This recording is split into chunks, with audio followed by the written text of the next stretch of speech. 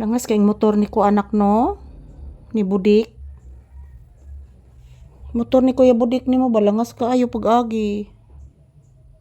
Yes anak. Langas kay. Bless mama o sabi. Taga Santo. Say good morning to your viewers. Say happy weekend. Say happy Saturday. Sige na, mag-say good morning usa ka. Sige na.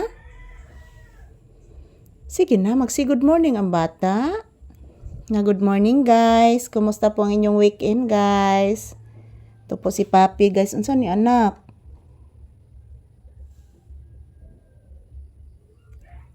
Ayaw kay naibuling. Hindi ka nangihi nak. Diyan ka nangihi. Umana makagkuan. Umana makagpupog wiwi. Nagpupo na ka? Basa ba ya ang yuta? Upo anak.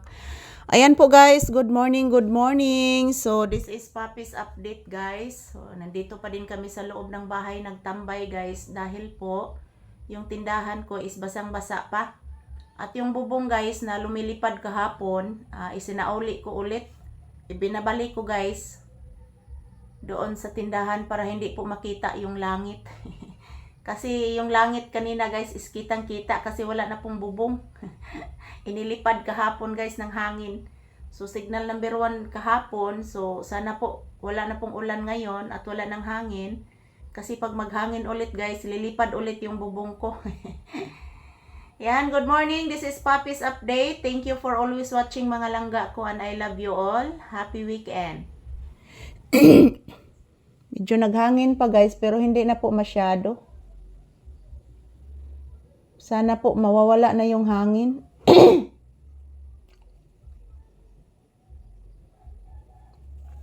Napakalungkot ko guys kasi wala pa akong pambili ng yero at kahoy pero nagbagyo na naman. So gunay mo ginigiingon mga palangga nga naagi pagsubok ng atong kinabuhi guys.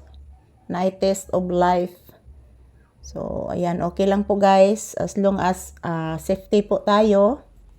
Pinaprotektahan po tayo ng God. As long as mananalig lang po tayo ng ating mahal na Panginoon mga palangga. Magdasal na safety po tayo palagi sa mga bagyo, sa lindol. Yun po mga palangga. Palagi po tayong magdasal kasi prayer is powerful. So bless mama again. Taga Santo. Mag-say hello ka sa imong viewers anak. Please.